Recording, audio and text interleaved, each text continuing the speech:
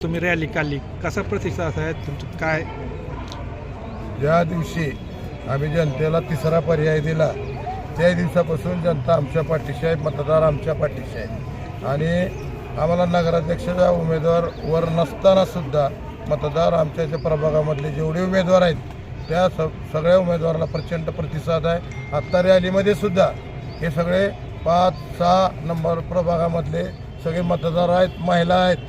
तुम्ही तुमच्या माध्यमातून तुम्ही रॅली पाहिली आहे, प्रचंड उत्साह मतदारामध्ये आहे की आम्हाला 2 भावाच्या भांडणामध्ये हा तिसरा पर्याय मिळालेला आहे। तो पर्याय आम्ही 100% निवडणार।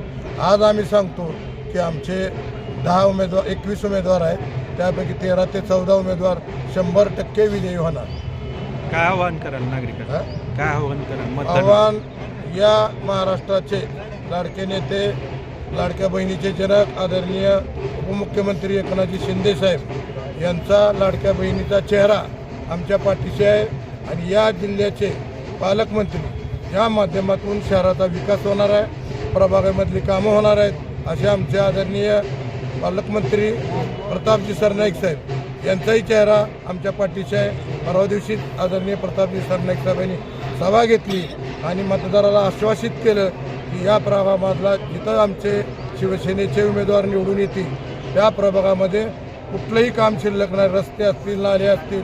आजपर्यंत आपण गेली 35 वर्ष नगरपालिकेची स्थिती पाहताय, कायम जनतेला भविष्यकाळातली स्वप्न दाखवून या निवडणुका यांनी लढवलेल्या आहेत। आता जनता फसणार नाही।